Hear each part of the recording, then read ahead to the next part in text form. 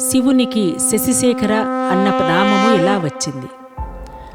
దక్ష ప్రజాపతికి 27 మంది కుమార్తెలు. ఈ 27 మంది కుమార్తెలే అశ్విని, భరణి మున్నగు పేర్లు కలవాళ్లు.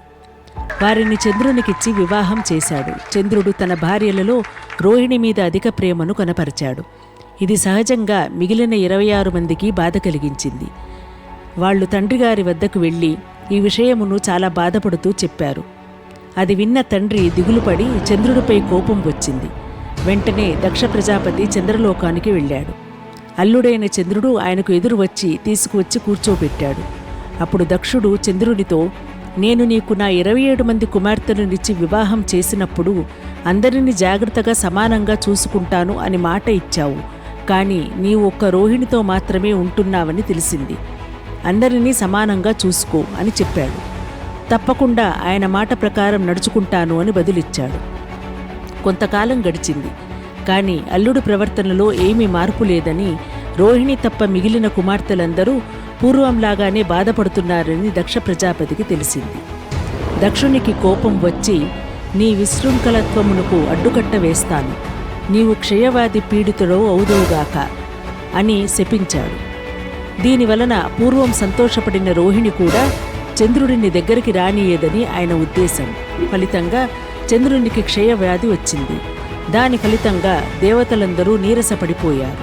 చంద్రుడు బాగా ప్రకాశిస్తే ఆయన అనుగ్రహం చేత ఓషధులు ప్రకాశిస్తాయి.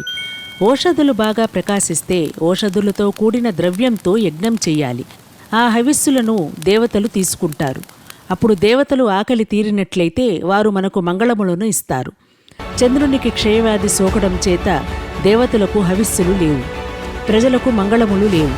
అటు దేవతలు ప్రజలు మాడిపోయారు.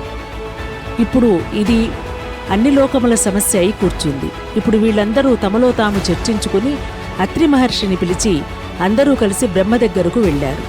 అప్పుడు బ్రహ్మగారు, నేను లోక సంక్షేమం గురించి చెబుతున్నాను. ఇప్పుడు చంద్రుడు ప్రభాస క్షేత్రమునకు వెళ్ళాలి. ప్రభాస క్షేత్రం సముద్రపు ఒడ్డున ఉంది. ఈ క్షేత్రంలో ఒక గుంత త్రవ్వి అందులో ఒక పార్థివలింగమును పెట్టుకుని పంచాక్షరీ మహామంత్రం జపమును మృత్యుంజయ మంత్రముతో కలిపి అనుష్ఠానం చెయ్యాలి. ఎంత శాపం ఉన్నా ఇటు బ్రాహ్మణ వాక్కును అటు చంద్రుడిని చచ్చిపోకుండా కాపాడాలంటే పరబ్రహ్మమునకును తప్ప వేరొకరికి సాధ్యం కాదు. కాబట్టి శంకరుడు మాత్రమే ఈ పనిని చెయ్యాలి. అందుకని అక్కడికి వెళ్లి పార్థివలింగమునకు అర్చన చేయమనండి అని చెప్పాడు. వెంటనే చంద్రుడు ప్రభాస క్షేత్రమునకు వెళ్లి పంచాక్షరి మంత్రమును మృత్యుంజయ మహామంత్రముతో అనుసంధానం చేశాడు. కొన్ని కోట్ల జపం అయిపోయిన తర్వాత భగవానుడు శంకరుడు పార్వతీ సహితుడై ప్రత్యక్షమై, ఏమిటి నాయనా నీ అభీష్టము అని అడిగాడు. అప్పుడు చంద్రుడు తనకి క్షయవ్యాధి తగ్గిపోయేలా చేయమని పరమేశ్వరుని ప్రార్థించాడు. ఇప్పుడు నీ క్షయవ్యాధి పోతుంది అని పరమాత్మ అనగలరు. కానీ అలా అనినట్లయితే దక్ష ప్రజాపతి మాటకు విలువ లేనట్లవుతుంది. ఆయన మాట నిలబడాలి. తప్పు చేసిన వాడైన తన పాదములు పట్టుకున్నాడు కాబట్టి అతని బుద్ధిని కూడా సంస్కరించాలి. అందుకే తరువాత చంద్రుడు తన 27 మంది భార్యలతో సమానంగా లేడు అని చెప్పడానికి ఉదాహరణమే చాంద్రమానంలో దీనిని చెప్తున్న తిథులు.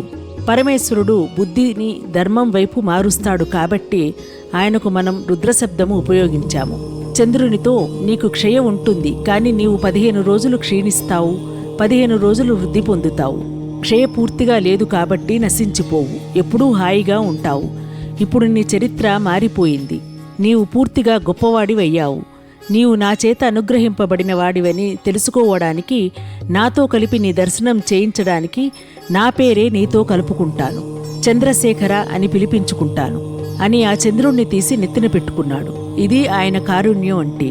ఇంత కారుణ్యమూర్తి అయిన శంకరుని పాదములు పట్టుకున్నవాడికి ఒక్కసారి పట్టుకుంటానని పూనికతో నిలబడితే మిమ్మల్ని కూడా నెత్తిమీద పెట్టుకోవడానికి ఆయన సిద్ధంగా ఉంటాడు.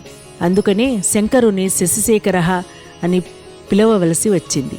చంద్రుని క్షయవ్యాధి పోయింది, చాంద్రమానం వచ్చింది. ఇప్పుడు ఈ చంద్రుడు పార్వతీదేవికి గొప్ప భక్తుడయ్యాడు. ఈ వీడియో మీకు నచ్చినట్లయితే లైక్ చేయండి, షేర్ చేయండి, మా ఛానల్ని సబ్స్క్రైబ్ చేయండి.